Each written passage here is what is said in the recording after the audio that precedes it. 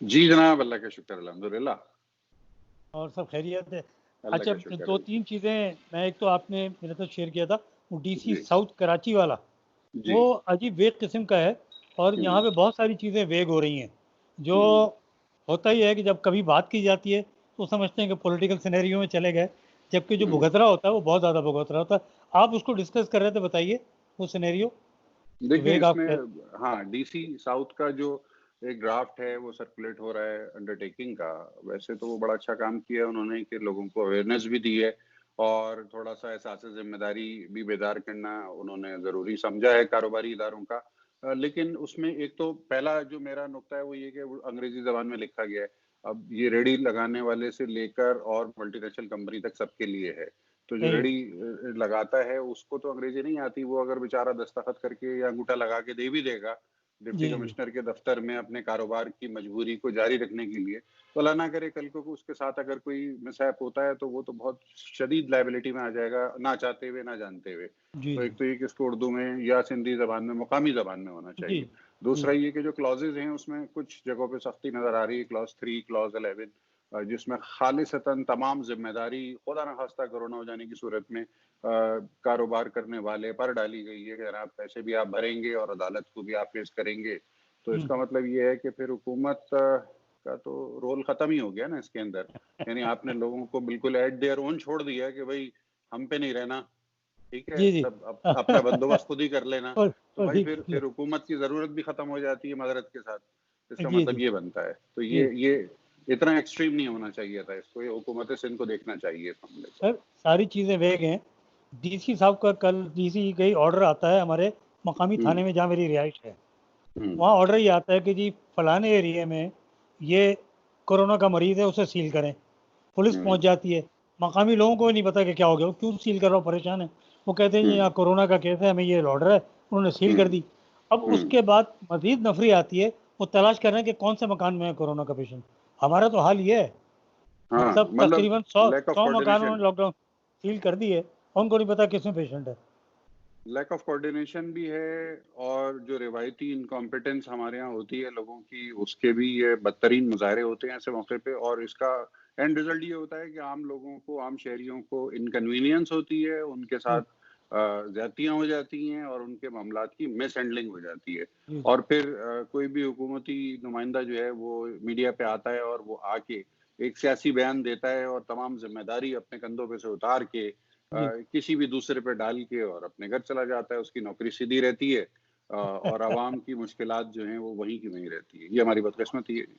आप क्या हालात देख रहे हैं आगे आने वाले 15-20 दिन के अंदर? मेरे हिसाब से तो कोरोना बढ़ेगा, आपकी राय ले रहा हूँ।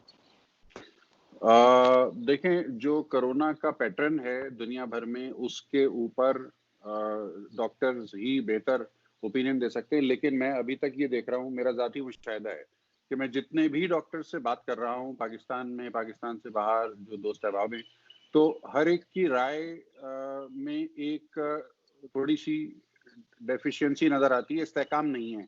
यानी 2 जी जी जी डॉक्टर जी एक जी जैसी बात नहीं कर रहे। जी इसका जी मतलब जी ये है कि जो डॉक्टर कम्युनिटी है, वो खुद भी अभी किसी कंक्लूजन पे नहीं पहुँची है। उनके जी पास भी जी कयास है, अंदाज़े जी हैं, जी तख़मीने जी हैं, जी जी गेस्टिमेट्स जिसको हम कहते हैं ना, एस्टिमेशन जी नहीं है बल्कि गेस्टिमेशन पे काम हो रहा है। तो जी जी प्रिडिक्ट करना तो बहुत ही मुश्किल होगा कि पैटर्न आगे किस सिम्त में जाएगा।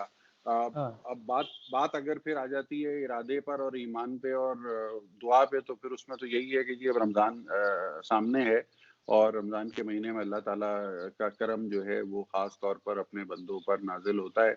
तो उस हवाले से तो हम रहमतों की ही उम्मीद रखते हैं। लेकिन साइंस नहीं क्या कह रही है इस सिलसिले में कोई चीज़ वाज़ेह नहीं है इस वक़्त। नहीं सर, साइंस के साथ साथ सहाबा कराम जो नबी हुँ, पाक सल्लल्लाहु अलैहि वसल्लम को जिन्होंने देखा है, उनके हाथ बैठ, हुँ। उस दौर में ताउन आया था और जी, तकरीबन 24,000 शहादतें हुई थी, जी, कमोबेश, जो तारीख जी। बताती है। हम उनसे ज़्यादा नेक तो नहीं है, ना उनसे हुँ, बेहतर है हम लोग। तो बात हुँ, ये है, रमज़ान शरीफ आएगा, अगर हम हुँ। एहतियात नहीं करेंगे तो कुछ नहीं होगा। मेरी सही परसों बात बात हो की रही थी, आपने। वक़ार मलिक से बात हो रही थी मेरी परसों। वो हुँ, इंग्लैंड में होते हैं और हुँ, बड़े अच्छे यूट्यूबर हैं, आप जानते होंगे। हुँ, तो उन्होंने बताया कि हार्वर्ड यूनिवर्सिटी में बाकायदा ये तहकीक हुई है। वो कह रहे हैं कि कोरोना कंटिन्यू करेगा, नेक्स्ट ईयर फिर अटैक करेगा, just like season 1, season 2, season 3, ये अच्छा। खत्म नहीं होगा जी हाँ। उनकी अच्छा। तहकीक है जो वो बता रहे थे। हम्म। तो बहरहाल वही आपने कहा कि जितनी राय लेंगे उतनी होंगी, लेकिन पाकिस्तान के माशी हालात को आने वाले दिनों में आप हम्म। क्या देखते हैं? स्टॉक मार्केट में बेहतरी आ गई, अब वो हम्म। वक्ती है, क्योंकि यह बेहतर है इसलिए कि स्टेट बैंक ने 9% पे रेट ले आए हो इंटरेस्ट के, और हम्म। बाकी चीज़ें बेहतरी की तरफ जा रही हैं। लेकिन कोरोना की वजह से जो इफ़ेक्ट हो रहे हैं लोग, आने वाले दिनों में आप लॉकडाउन को आप सजेस्ट क्या करते हैं, कब नरम करना चाहिए और किस तरह दे, करना चाहिए? देखें जी, मैं तो क्योंकि मैं मेडिकल एक्सपर्ट नहीं हूँ, तो इसलिए मैं मेरा इन्हिसार मुकम्मल तौर पर उस मालूमात पे है जो दोस्तों से मिलती है, डॉक्टर्स से मिलती है। मईशत का जहाँ तक ताल्लुक है, तो मईशत के पहिए को चलते रहना बहुत ज़रूरी होता है, उसमें कोई दो राय नहीं है। अगर आप घर बैठ जाएंगे और हर किस्म के माशी एक्टिविटीज से दूर हो जाएंगे, तो फिर इसका मतलब ये है कि आप खुद ही शटडाउन की तरफ जा रहे हैं। आप अपने जी अपने निज़ाम को और अपनी ज़िंदगी को और अपने इकोनॉमी को शटडाउन पे खुद लेके जा रहे हैं। मेरा ख़्याल है जी वो जी दुनिया का जो ताकतवर तरीन ममालिक हैं, वो भी अफ़ोर्ड नहीं कर सकते और वो भी मोबिलाइज़ रखना चाहते हैं अपनी अपनी मईशतों को। तो जी जी लॉकडाउन और अब क्योंकि बातें ये हो रही हैं कि अगले साल तक चलेगा या कई माह तक ये सिलसिला चलेगा, तो बस फिर रास्ता एक ही रहता है और वो ये कि कोरोना के दौर में कोरोना के साथ किस तरह ज़िंदगी का पहिया चलाया जाए, किस तरह से जी अपने जी काम कारोबार ज़िंदगी को जारी रखा जाए और जी उसके जी लिए एहतियातों के साथ-साथ आपने काम करना है, एहतियातों पर अमल करना है और उसके साथ-साथ अपनी जो इकोनॉमिक एक्टिविटी है, अपनी जो तालीमी एक्टिविटी है, अपनी जो समाजी एक्टिविटी है, अपनी जो मज़हबी एक्टिविटी है, उन सबको जारी रखना है। जी तर्क तो किसी भी काम को नहीं किया जा सकता, ये मेरी जी जी नाक़िस राय के मुताबिक। बिल्कुल जी। बिल्कुल ऐसे ही है, बिल्कुल ऐसे ही है। और स्पेशली हमारे जितने भी लोग हैं इस चीज़ से मुत्तफ़िक़ हैं कि कराची हुँ, चलता है तो मुल्क चलता है। एक तो हुँ, पोर्ट है, पोर्ट से आप हुँ, टैक्सेस जनरेट करते हैं, फिर हुँ, बिसाइड्स इंडस्ट्रियल कितनी भी सीक्वेंस में चली गई इंडस्ट्रीज वो अभी भी चल रही हैं। हुँ, और मैं जहाँ काम करता हूँ वो भी चल रही है, आजकल बंद हुँ, पड़ी है फैक्ट्री, इलेक्ट्रॉनिक्स हुँ, की। तो एक हुँ, तरफ तो हमारे हुक्मरान या हमारे जो मुक़द्दर इदारे हैं, वो कहते हैं हुँ, कराची चलता है तो मुल्क चलता है। अब सही मुझे है। लगता ही है, मैं लाइटर मूड में कह रहा हूँ, किसी को पॉलिटिकल वो नहीं कर रहा, लेकिन जी। लगता है कि सिंध गवर्नमेंट का ये दिल चाहता है कि कराची रोए ताकि पूरा मुल्क रोए, बदले निकालने के लिए। मतलब देखिए, मैं ये सिंपल आपकी सॉरी मैं हाँ, थोड़ा सा यूँ कर दूँ, हाँ, एक तरफ हाँ, लॉकडाउन है, मैं हाँ, दिन में कहीं निकलता हूँ, मुझे हुँ, बंस रोड भरा पूरा नज़र आता है, हुँ, किसी को नहीं हटाया जा रहा, दुकानों के हुँ, शटर कुछ बंद है, कुछ खुले हुँ, हैं। हेयर हुँ, ड्रेसर इलाकों के लोगों को जो भी आते हैं उनको पैसे दे के बैक डोर से काम कर रहे हैं, ठीक है ना? सही है। सुरजानी और नॉर्थ कराची मेरा जाने का इत्तेफाक हुआ, तो हुँ, वहाँ पे दुकानें तक खुली हुई हैं। हुँ, कैसा लॉकडाउन है? या तो लॉकडाउन हो, फिर तो समझ में आती है। अब इंसान को सब्र आता है कि चलो भई हो गया। लॉकडाउन हुँ, है नहीं, और हुँ, उसका नारा लॉकडाउन का होता है, तो यहाँ जो हमारी मकामी हुकूमत है, वो हुँ। नारे बहुत लगाती है, उसको इम्प्लीमेंट नहीं करती।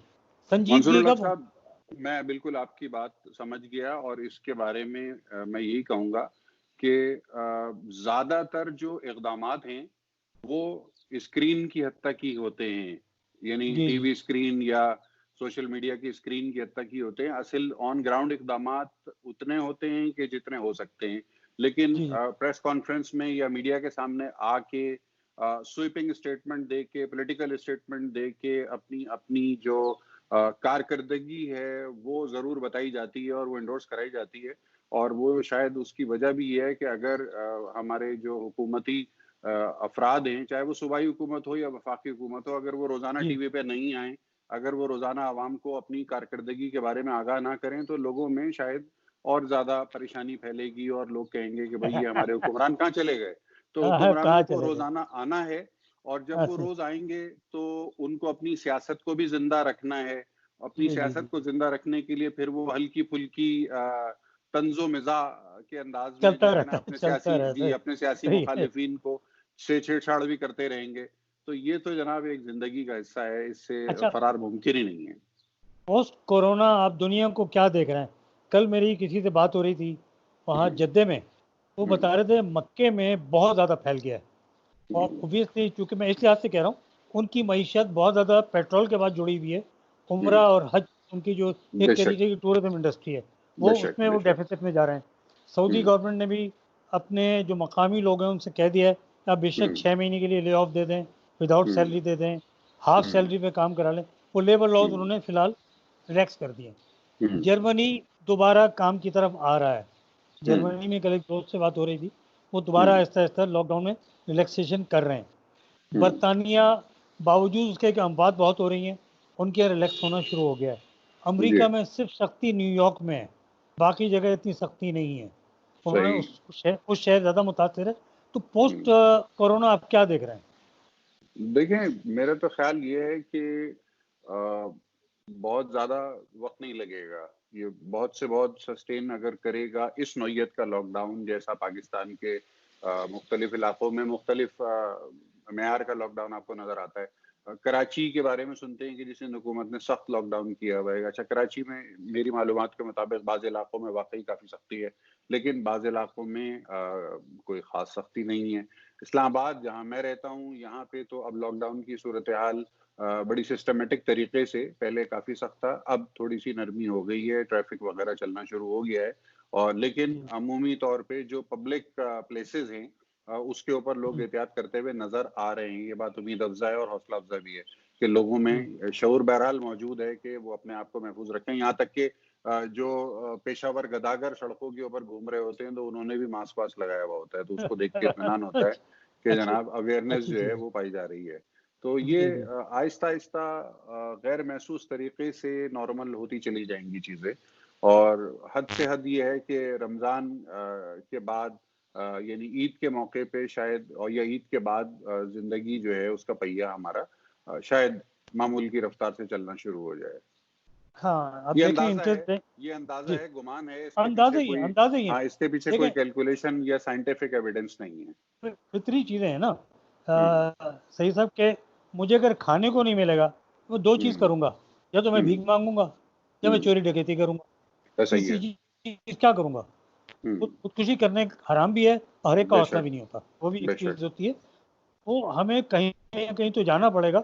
एक थोड़ी सी डिस्कशन मैं आपसे कर रहा था, स्टेट बैंक ने जितने कारोबारी इदारे इंडस्ट्रीज हैं उनको लोन ऑफर करा है ताकि अपने स्टाफ को वो 3 महीने तक चलाएं 5% इंटरेस्ट रेट पे। कल 9% कर दिया। मेरी सजेशन ये थी कि स्टेट बैंक इंटरेस्ट उन कारोबारी इदारों के लिए, देखिए जहाँ मैं काम करता हूँ इंडस्ट्री है, उनकी पैसा लिक्विड मनी नहीं होती इंडस्ट्री में, मशीनरी होती है, मार्केट का क्रेडिट होता है, वेयर हाउस में स्टॉक होता है, या वो प्रॉपर्टी होती है जहाँ वो फैक्ट्री बनी हुई है। बिल्कुल लिक्विड कैश नहीं होता। ओनर के पास, मैनेजमेंट के पास जब लिक्विड कैश आता है वो अगली एलसी खोल देते हैं, या अगला रॉ मटेरियल मंगा लेते हैं, या अगली प्रोडक्शन की तैयारी करते हैं। तो इस हालात में आप मेरी इस चीज़ से इत्तेफाक करते हैं कि 0% पे करके वो बेशक उसको फूल प्रूफ बनाएं, इंडस्ट्री को डायरेक्ट पैसे ना दें, किसी बैंक को मुतय्यन करें, वहाँ वो एक लेटर हेड पे लिख के दे कंपनी के, जी मंसूर हक मेरे मुलाजिम,